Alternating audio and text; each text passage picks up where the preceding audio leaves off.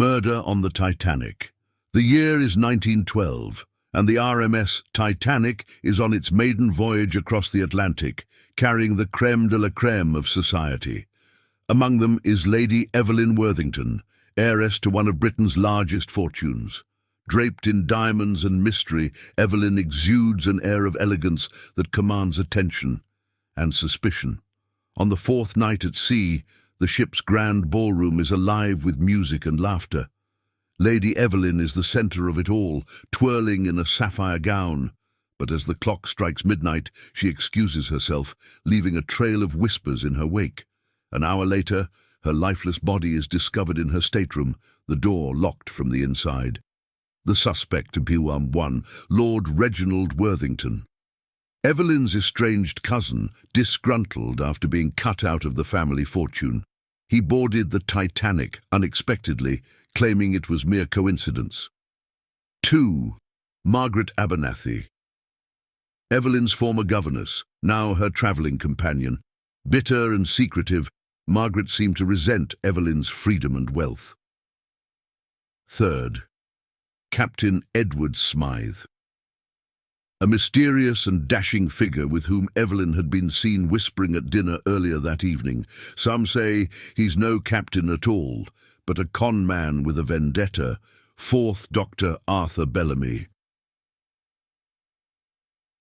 The ship's physician, who was seen slipping into Evelyn's room earlier that day under the guise of delivering medicine. The clues. 1. The room key.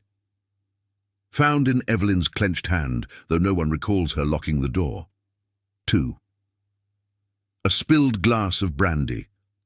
Sits on the vanity, mingled with a strange, bitter-smelling powder. 3. A torn letter. Hidden in Evelyn's desk, mentioning a dark secret she planned to reveal upon reaching New York. 4th. A footprint. Muddy and distinct, leading away from her balcony to a lower deck. The investigation. Ship's officer Henry Abercrombie, an amateur sleuth, is tasked with unraveling the mystery before the passengers descend into panic.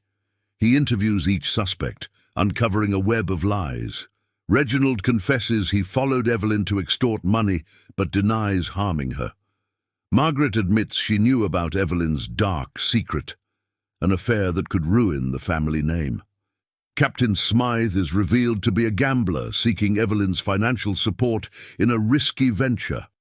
Dr. Bellamy discloses a more sinister truth. Evelyn was being blackmailed, and he was helping her secure an antidote for a slow-acting poison. The revelation. Abercrombie pieces it together. Evelyn was poisoned before the brandy ever touched her lips. The powder was merely a red herring. The torn letter revealed her intent to expose Reginald's embezzlement of the family fortune.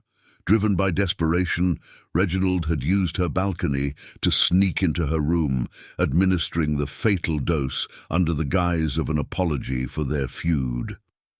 Cornered in the officers' lounge, Reginald breaks down and confesses. But before he can be detained, the ship shudders violently. The iceberg has struck. The aftermath. In the ensuing chaos, Reginald escapes into the lifeboats, his fate left unknown. Evelyn's death becomes a footnote in the larger tragedy of the Titanic, but Officer Abercrombie, one of the survivors, carries her story to shore, vowing to honor her memory and to ensure justice is eventually served.